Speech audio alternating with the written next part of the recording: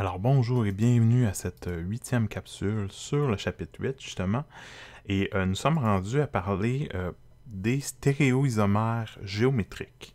Les stéréoisomères géométriques que nous on va voir dans le cadre du cours sont surtout en lien avec les alcènes. Il y en a aussi avec les cycles, mais nous on va vraiment s'attarder avec les alcènes, donc les CCC. Il y a tous les cas qu'on appelle les diastéréoisomères. Jusqu'à maintenant, j'ai parlé d'un type de stéréoisomère, donc isomère dans l'espace, donc isomère 3D, c'était les énantiomères. On a vu que les énantiomères, lorsqu'on passe de la lettre R à la lettre S, on a des énantiomères. Qu'est-ce qui arrive, c'est qu'on a aussi une catégorie qui s'appelle les diastéréoisomères. Je vais vous les présenter vraiment brièvement, mais nous ne les verrons pas dans cette capsule-ci, donc ils ne seront pas traités là, dans le cadre du cours cette session-ci spécialement, puisque nous manquons un peu de temps.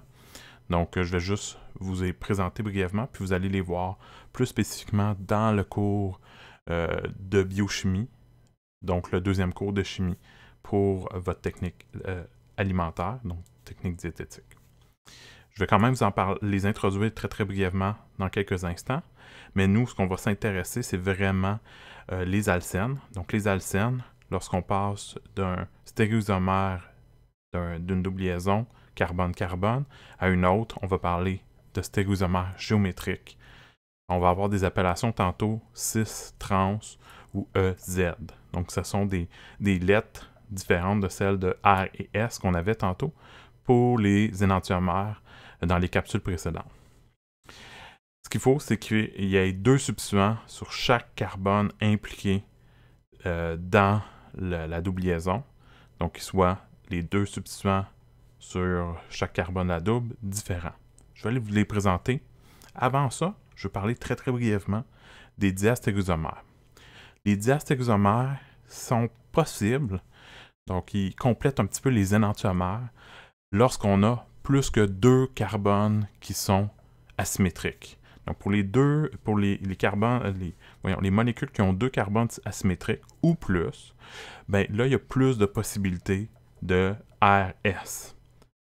Et ça, le nombre de carbones asymétriques va générer généralement 2 à la n, donc 2 exposant n, où n est le nombre de carbones asymétriques.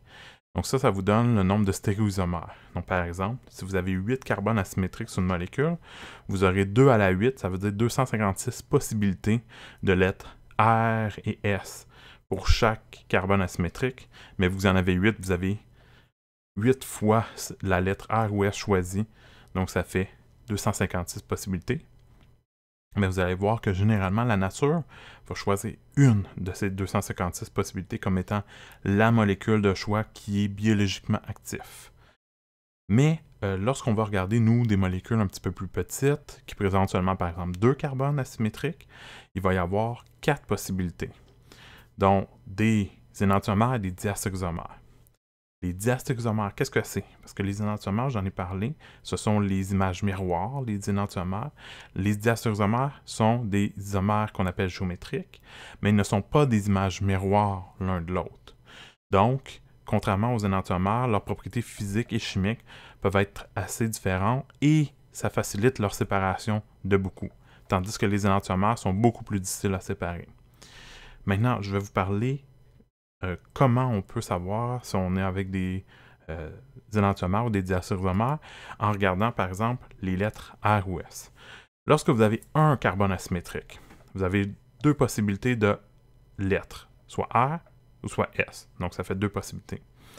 Si on passe du R, pour une molécule on a R, puis pour les mêmes groupements, mais une autre molécule on a S, ce sont des énantiomères. Parce que passer de R à S, ce sont des énantiomères. Maintenant, lorsqu'on a deux carbones asymétriques, ou on en a plus, à ce moment-là, on va commencer à introduire la notion de diastéréoisomère. Donc, deux carbones asymétriques, c'est là que ça commence. Avec deux carbones asymétriques, il y a 4 possibilités de combinaison de lettres R ou S, par exemple. Vous avez deux carbones asymétriques, donc vous avez un premier qui peut être R et le deuxième qui peut être R. C'est une des possibilités. Vous pouvez avoir une autre possibilité qui est où vous avez votre premier carbone asymétrique qui est S, puis le deuxième qui est S. Ou encore, vous pouvez avoir le premier R, le deuxième S, ou encore le premier S, le deuxième R. Donc ça, c'est les 4 possibilités lorsque vous avez 2 carbones asymétriques. Donc vous pouvez voir un petit peu comment ça fonctionnerait pour 3 carbones asymétriques. Là, on aurait 8 possibilités. Mais là, je ne le ferai pas au long avec vous, là, avec ça. Juste vous montrer qu'est-ce qui arrive avec 2 carbones asymétriques. Ce que vous allez voir, c'est que lorsque vous passez du RR au SS, ce sont des énantiomères, ces deux-là.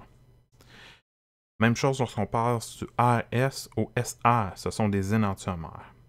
Pourquoi? C'est parce que pour avoir des énantiomères, il faut que toutes les lettres R ou S changent d'une molécule à l'autre. Donc si on prend le RR et on passe au SS, vous voyez que le premier R a changé en S, puis le deuxième R a aussi changé en S. Donc les deux lettres ont changé pour l'autre lettre. Même chose ici, premier était R, le deuxième était S, tandis que dans l'autre, le premier S, le deuxième est R, donc c'est tout l'inverse. Donc c'est l'image miroir, donc c'est pour ça que ce sont des énantiomères. Maintenant, lorsqu'on regarde pour RR par rapport à RS, qu'est-ce qu'on remarque? C'est que la première lettre est la même, mais la deuxième lettre a changé. Donc pour les diastexomères, les paires de diastexomères, c'est lorsqu'on compare deux molécules qui ont quelques lettres R ou S qui changent d'une molécule à l'autre, mais pas toutes les lettres. Parce que si c'était toutes les lettres, à ce moment-là, on aurait des enantiomères. Lorsqu'on a des diastexomères, c'est que juste une des lettres, par exemple, a changé parmi... Lorsque vous avez 2 carbones asymétriques, c'est une. Mais si on avait 3, ça pourrait être 2 des 3 lettres qui ont changé. Okay? Tant que c'est juste quelques, mais pas toutes.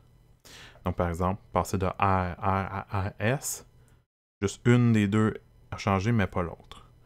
Puis là, vous allez voir qu'il y a 4 possibilités de diastexomères, tandis que juste 2 possibilités d'énantiomères. Puis ça, c'est toujours vrai pour les carbones asymétriques, lorsque vous avez 2 carbones asymétriques. Sauf pour des exceptions qu'on appelle les composés méso, qu'on n'aura pas le temps de voir cette session-ci non plus.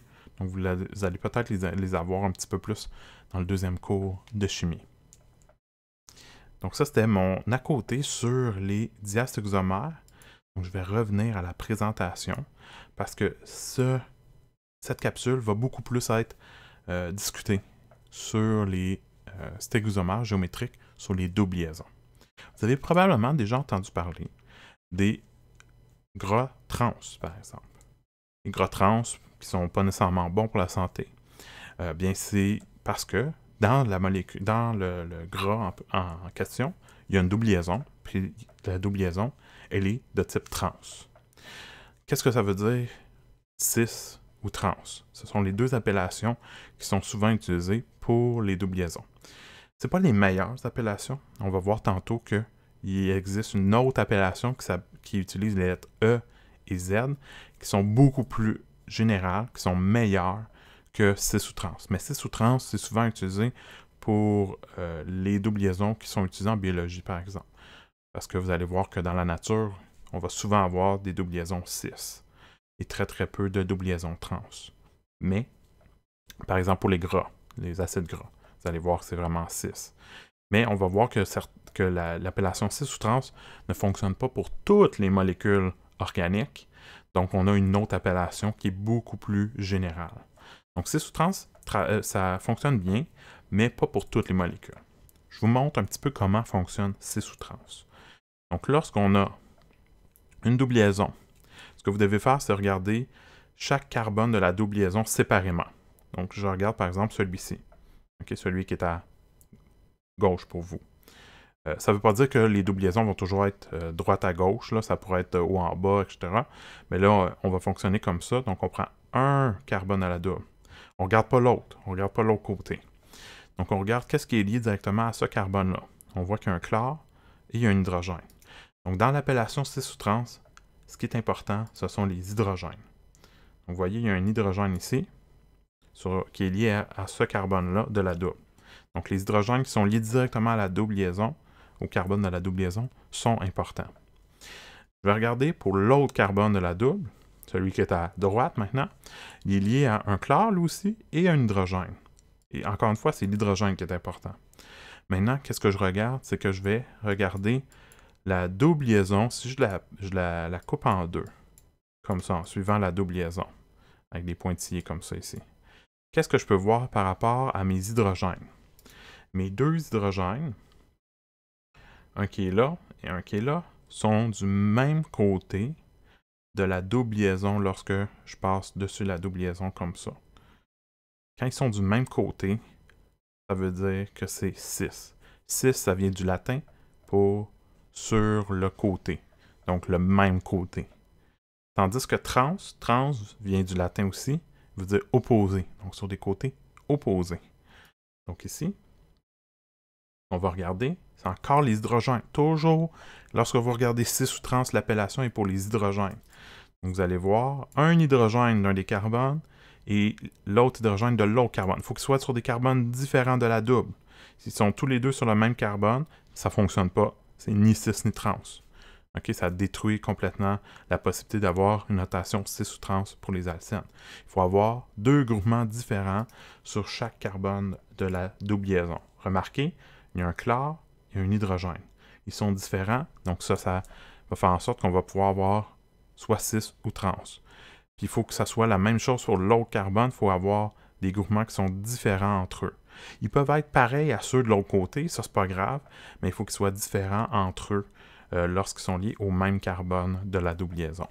Donc ici, j'ai un hydrogène qui est sur un des carbones, et sur l'autre carbone, j'ai un autre hydrogène. Donc j'ai le droit d'utiliser l'appellation 6 ou trans à ce moment-là. Et si je regarde ici, dans l'exemple qui est là, je suis la double liaison. Ce que je vais voir, c'est que le H qui est en haut, il est du côté opposé de la double liaison par rapport à l'autre H qui est ici en bas. Donc, ils sont opposés. Donc, c'est pour ça que c'est l'appellation trans. Donc, c'est aussi utilisé cette appellation-là pour, par exemple, ici, les deux molécules qui sont en bas. Lorsqu'on nomme les molécules, généralement, on ajoute la terminologie 6 ou trans dans le nom pour justement faire une différence. Parce que la molécule 6, pour la double liaison 6, et la double liaison trans, ce n'est pas la même molécule. Ils sont liés au même carbone, hein, l'hydrogène puis les chlores, mais parce qu'on n'a pas le droit de tourner autour d'une double liaison, contrairement à une liaison simple, une double liaison, c'est bloqué, donc on ne peut pas passer d'une forme 6 à une forme trans. C'est impossible. Donc, ce sont des molécules différentes. Ce qui fait en sorte qu'ils ont des noms différents et c'est l'appellation 6 et l'appellation trans qui est souvent utilisée. Mais pour, encore une fois, l'avoir, il faut avoir un hydrogène sur un des carbones à la double et un hydrogène sur l'autre carbone de la double. Là, on ne regarde pas les H, les hydrogènes ailleurs dans la molécule, juste ceux sur les carbones de la double liaison. Donc, un sur un carbone de la double et un sur l'autre carbone de la double. Toujours un lien carbone-carbone double. Pas carbone-oxygène, pas carbone-azote, carbone-carbone. Si vous avez un hydrogène sur un des carbones et un autre hydrogène sur l'autre carbone, vous avez le droit d'utiliser l'appellation 6 ou trans. Donc, si on regarde ici, l'hydrogène qui est là, l'hydrogène qui est là, sont du même côté de la double liaison, donc c'est 6. Tandis qu'ici, l'hydrogène qui est ici et l'hydrogène qui est ici sont sur des carbones différents, donc ça c'est correct. Des carbones différents de la double liaison. Et ils sont de côté opposé par rapport à la double liaison, donc c'est trans. Maintenant, cette appellation 6 ou trans ne fonctionne pas toujours pour toutes les alcènes. Regardons l'exemple qui est ici. Vous avez une double liaison sur laquelle vous avez sur un des carbones un chlore, un brome. Donc deux groupements différents, parfait. Ça veut dire qu'on va pouvoir les différencier. Sur l'autre carbone de la double, j'ai un CH3 puis un H, donc parfait, j'ai deux groupements différents, c'est bon. Je pourrais donc techniquement avoir deux types de double liaisons différentes, un 6 ou un trans en principe. Maintenant, cette double liaison-là, vu qu'elle a juste un H sur un des carbones à la double, mais l'autre carbone de la double n'a pas d'hydrogène. Il y a un chlore puis un brome. Comment je fais pour savoir si c'est 6 ou trans? Je peux pas. Je ne peux pas décider si c'est 6 ou trans. Parce que 6 ou trans parle seulement de la relation entre un hydrogène sur un carbone à la double et un hydrogène sur l'autre carbone à la double. Lorsque vous avez l'absence de un ou des deux hydrogènes qui devra être sur chacun des carbones de la double liaison, vous ne pouvez plus utiliser la notation cis-trans. Mais il existe quand même deux formes possibles pour cette double liaison-là. Donc, on doit utiliser une autre appellation qui est la notation avec les lettres Z et E. Un petit peu comme on fait avec R ou S pour les carbones asymétriques. Donc, le E et le Z ils viennent de l'allemand. Le E, ça vient de Antegente, excusez mon allemand, il n'est pas très très bon. Donc ça veut dire opposé.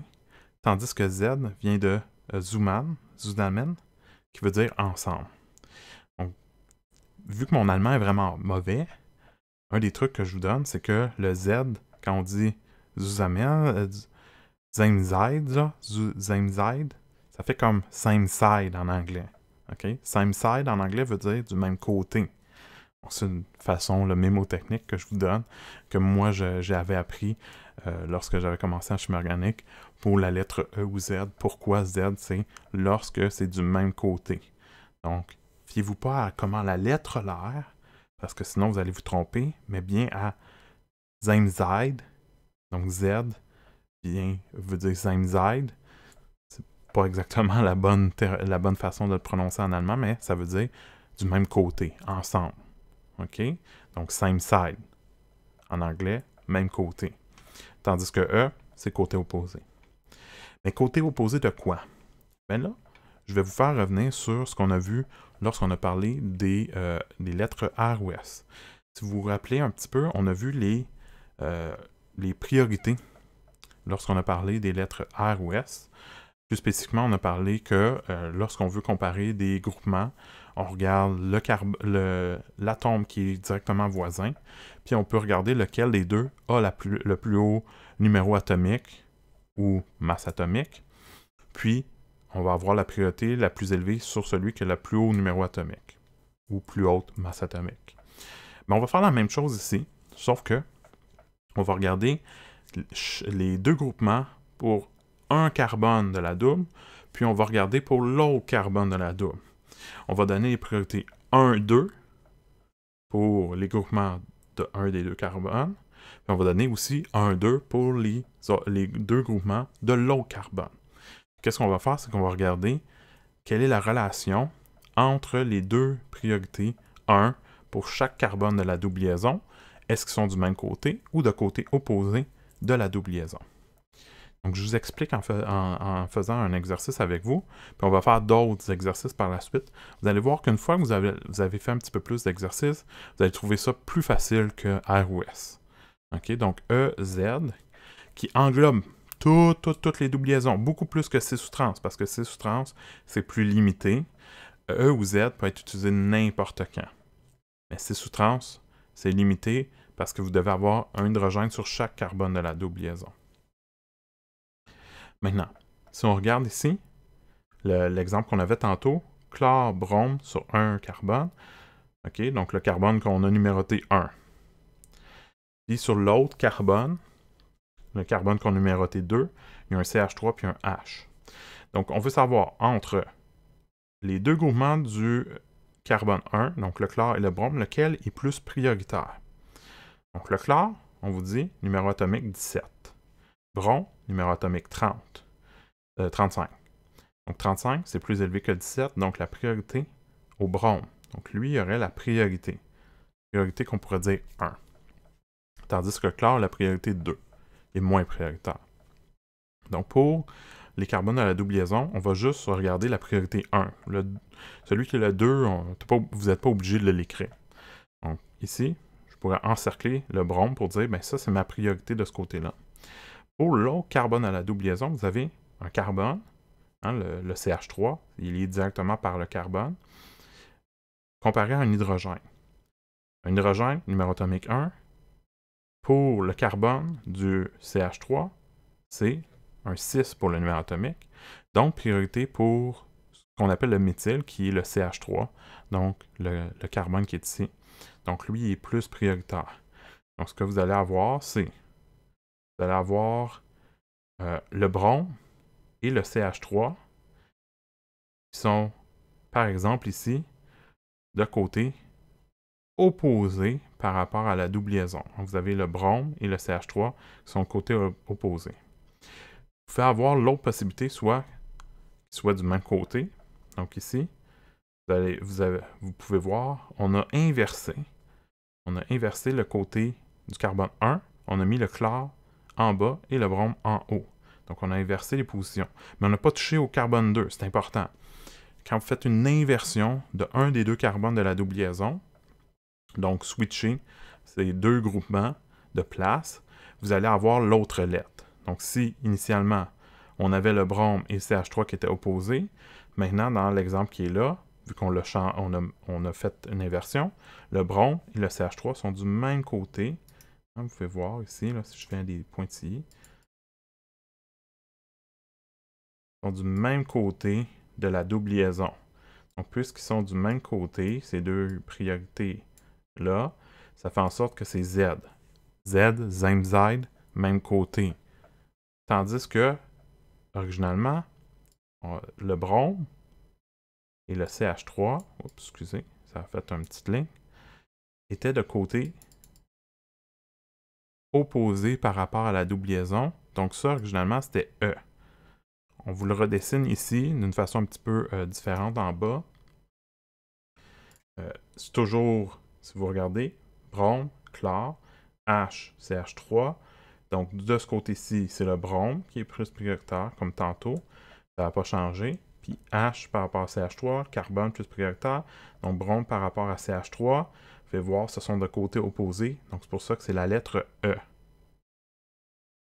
Donc, c'est comme ça qu'on va décider entre Z ou E. Donc, ça, ce sont des isomères géométriques. Des fois, on appelle ça isomère géométrique cis-trans ou EZ. OK? Donc, lorsque vous allez voir des exemples comme ça, avec des doubles liaisons, vous allez passer à E ou Z, ou des fois, on peut aussi utiliser cis ou trans, mais pas tout le temps. Cis ou trans, ce n'est pas toujours utilisable, tandis que E ou Z peut toujours être utilisé, peu importe l'alcène. Maintenant, le terme cis ou trans peut être aussi utilisé pour des cycles. Donc, que ce soit des cycles à 3 carbones, 4 carbones, 5 carbones, 6 carbones ou plus. Lorsque vous avez deux groupements, ils peuvent être soit du même côté du cycle. Donc, admettons, les deux vont vers vous, vers l'avant, avec des liens vers l'avant. À ce moment-là, on va parler d'un cycle qui est 6, tandis qu'ils sont un est vers l'avant, l'autre est vers l'arrière. À ce moment-là, ils seraient opposés, donc trans. Mais nous, on va le voir moins souvent là, pour les cycles. On va en parler beaucoup moins. On va parler beaucoup plus des doubles liaisons. Pourquoi? Parce que vous allez être introduit aux acides gras, par exemple, où on va parler de cis ou trans et d'autres molécules qui ont des doubles liaisons lorsqu'on regarde des molécules biochimiques, donc chimiquement actifs dans le corps humain. Donc, pour terminer la capsule aujourd'hui, on va terminer sur l'exercice 10. Ce que je vais vous demander, c'est de dire pour chaque alcène, donc A, B, C, D, si c'est une double liaison qui est 6, trans, Z ou E, ou s'il n'y a aucune de ces notations-là qui s'applique. Ça veut dire, vous ne pouvez pas dire si c'est 6, trans, Z ou E. Quand est-ce qu'on pourrait ne pas écrire ces 6, trans, Z ou E? C'est lorsque vous avez deux fois le même groupement sur le même carbone de la double liaison. Si vous avez deux fois la même chose sur un des carbones de la double liaison, vous ne pouvez pas écrire aucune de ces notations-là. Cis-trans, vous pouvez l'utiliser seulement si vous avez un hydrogène sur chaque carbone de la double, tandis que EZ, vous pouvez toujours l'utiliser si vous avez des groupements différents sur chaque carbone de la double liaison. Donc, je vous laisse pratiquer ça. Vous allez voir qu'une fois à faire un petit peu, comme celui-là, si vous le faites par vous-même, puis vous pratiquez, puis après ça, vous faites les quelques exercices qui sont dans le document d'exercice par rapport à ça, vous allez voir que c'est assez simple. Mais il faut en faire un petit peu quand même là, pour être prêt à l'examen. Donc, mettez la vidéo à pause pour pouvoir le faire, puis par la suite, je vous montre la réponse pour que moi j'ai complété. Puis aussi, je vais faire l'analyse avec vous.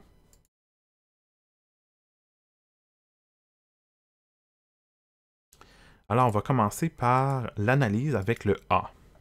Donc, je vous montre la réponse pour le A. Le A, on n'utilise ni l'appellation cis, ni trans, ni Z, ni E. Il n'y a aucun qui est possible. Pourquoi? Si on regarde ici, ah, puis là, si vous ne vous sentez pas à l'aise parce qu'on n'a pas écrit carbone de la double puis carbone de la double, vous pouvez le faire, vous pouvez les mettre, là, les carbones ici, là. C'est comme vous désirez. OK? Dans l'exercice, on les a pas mis parce qu'en stylisé, généralement, on les met pas. Mais c'est comme vous vous sentez à l'aise. Pour pouvoir décider E ou Z, là, c'est pas grave. Si vous le laissez en stylisé ou pas vraiment en stylisé, je vais vous permettre de ne pas le laisser en stylisé à ce moment-là. OK? Donc, ce que vous allez voir, c'est pour le carbone qui est en haut de la double liaison. Donc, vous avez deux carbones de la double, vous avez celui en haut et celui en bas. Celui d'en haut est lié avec un CH3 et un CH3. C'est deux fois le même groupement qui est lié sur le même carbone de la double.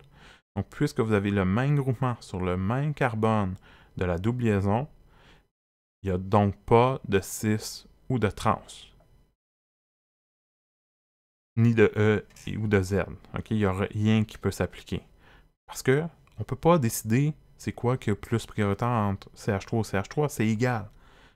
On pourrait dire que lui est plus prioritaire que lui, mais c'est pas vrai, c'est égal. Ils ont tous les deux la priorité 1, donc on peut rien dire. Puis si on regarde de l'autre côté, il y a aussi deux H, mais ça c'est moins important parce qu'on avait déjà éliminé la possibilité d'avoir E ou Z à cause d'au moins ces deux CH3-là. Admettons qu'on aurait eu un H et un CH3, mais quand même deux H ici en bas, ben ça n'aurait pas été possible de dire si c'est cis ou trans ou EZ, parce que dès que vous avez deux fois le même groupement sur au moins un des deux carbones dans la double, pas nécessairement les deux, mais au moins un des deux, vous avez deux fois hydrogène ici sur le même carbone, ben à ce moment-là, on ne peut pas dire que c'est E ou c'est Z pour la double au complet. Donc ça, c'était pour le A. Donc le A, rien, ça ne s'applique pas. OK, donc si vous avez écrit ici, ne s'applique pas, c'est la bonne réponse. Maintenant, pour le B. Le B, voici la méthode d'analyse complète. Donc, ce que j'ai fait, c'est que j'ai regardé plus précisément les priorités. OK? Donc, pour le carbone, je vais enlever les points-ci pour l'instant. Donc, pour le carbone en haut de la double liaison, vous avez un CH3 par rapport à un H. Donc, carbone par rapport à H, priorité sur le carbone. Donc, c'est pour ça que la priorité que je numéroterai 1. Vous n'êtes pas obligé de mettre les numéros, là. Vous pouvez, par exemple, juste encercler ou mettre le numéro. C'est comme vous désirez. Donc ça, c'est la priorité 1 pour ce carbone-là. Maintenant, pour l'autre carbone, je fais la même chose entre ces deux groupements. Donc, il y en a un qui va avoir la priorité 1, l'autre va avoir la priorité 2. Donc, encore une fois, carbone contre hydrogène, c'est carbone qui est plus prioritaire. Donc, j'ai carbone qui est priorité 1. Donc, j'ai deux hydrogènes. Puisque j'ai deux hydrogènes, j'en ai un ici et j'en ai un là.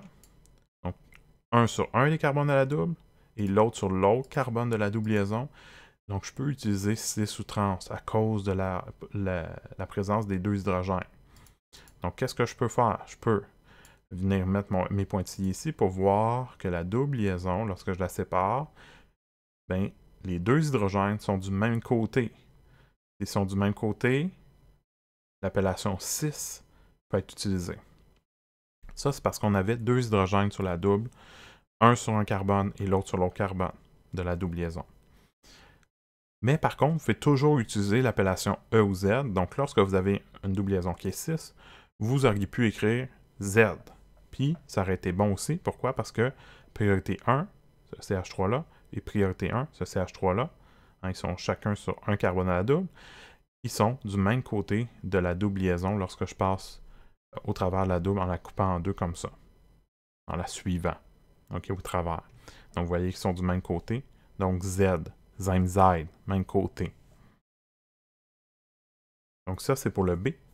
Donc, si vous avez écrit 6, c'est bon. Si vous avez écrit Z, c'est bon. les deux seraient acceptés à l'examen. Prochaine, C. Pour le C, ce que vous allez voir, puis là, je vais utiliser le pointillé qui est ici. Je vais juste le ramener. Ce que vous avez un carbone qui est en haut avec Cl et Ba, un petit peu comme l'exemple qu'on avait précédemment. Bon, c'est pas très original, on a utilisé pas mal les mêmes groupements. Vous allez peut-être en avoir d'autres dans vos exercices. Donc, vous avez brome par rapport à chlore. Priorité 1 pour le brome par rapport au chlore. Donc ça, c'est pour le carbone, un des deux carbones de la double, celui qui est en haut. Maintenant, je fais la même chose pour le carbone qui est en bas. Donc vous avez CH3, donc un carbone, par rapport à un hydrogène. Donc c'est le carbone qui l'emporte sur l'hydrogène. En passant, si jamais vous vous retrouvez avec un carbone contre un non-carbone, donc vous avez une égalité, vous faites la même chose qu'on a faite lorsqu'on avait des R ou S avec les égalités, vous regardez les trois autres voisins, puis là vous faites décider c'est lequel qui est plus prioritaire entre les deux. Okay? Parce que même si l'atome est pareil, ça ne veut pas dire que tout l'ensemble du groupe est différent ou est pareil. Donc vous allez devoir regarder plus loin à ce moment-là. Là, ici, il n'y a pas d'égalité, mais c'est la même règle qu'on avait vue pour les égalités lorsqu'on a à décider pour les priorités 1, 2, 3, 4 sur des carbones asymétriques. Donc, pour les égalités pour décider entre priorité 1 et 2 pour E ou Z, ou C sous trans, c'est la même chose ici. Donc là, c'est pas égal, fait que tout de suite, carbone contre hydrogène, on sait que c'est carbone qui l'emporte. Donc ça, c'est ma priorité 1 pour le carbone d'en bas. Donc là, il faut faire attention parce que là, il y a des gens, des fois, ce qu'ils font, c'est qu'ils regardent les groupements, le chlore par rapport au carbone, OK? Mais ils ne sont pas sur le même carbone, OK? Donc, ils ne sont pas sur le même carbone de la double, donc on ne peut pas les comparer, OK? Ça, c'est une erreur qui est fréquente. Les gens vont commencer à décider entre la priorité 1 et 2, entre ces deux groupements-là, parce qu'ils sont du même côté de la double. C'est pour ça que je vous demande. Je vous dis, vous regardez pour un carbone de la double, qu'est-ce qui est lié directement de son côté de la double liaison. OK, donc vous avez chlore, brome. Puis l'autre carbone de la double, à quoi d'autre il est lié? OK, donc on ne compte pas la double liaison, on compte les deux autres liens. Donc qu'est-ce qu'on a ici? On a priorité 1 pour le brome par rapport à priorité 1 sur l'autre carbone qui est le CH3.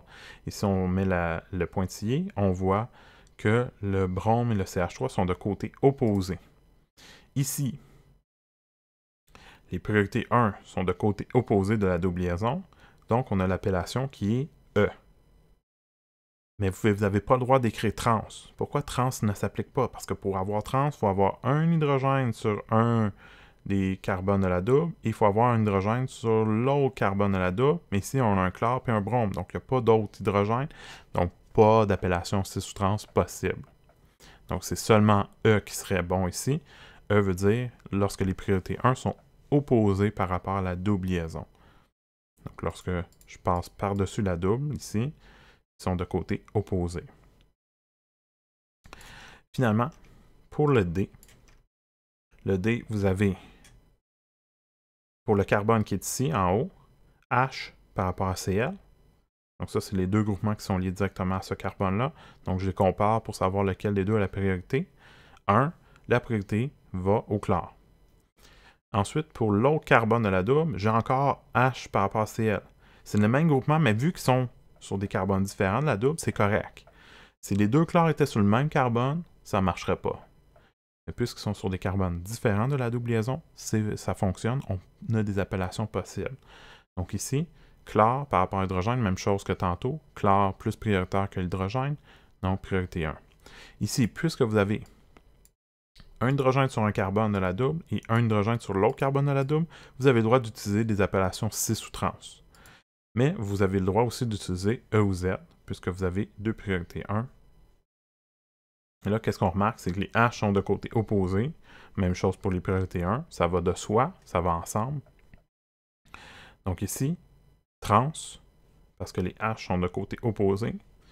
Ou encore E, parce que les priorités 1 sont de côté opposé. Donc vous avez le droit d'utiliser soit trans, ça serait une réponse acceptable, ou d'utiliser E, c'est aussi une réponse acceptable. Faites juste attention pour ne pas utiliser cis ou trans tout le temps, parce que comme j'ai montré ici, ça ne s'appliquait pas pour le C. Vous n'aviez pas le droit d'utiliser C sous trans.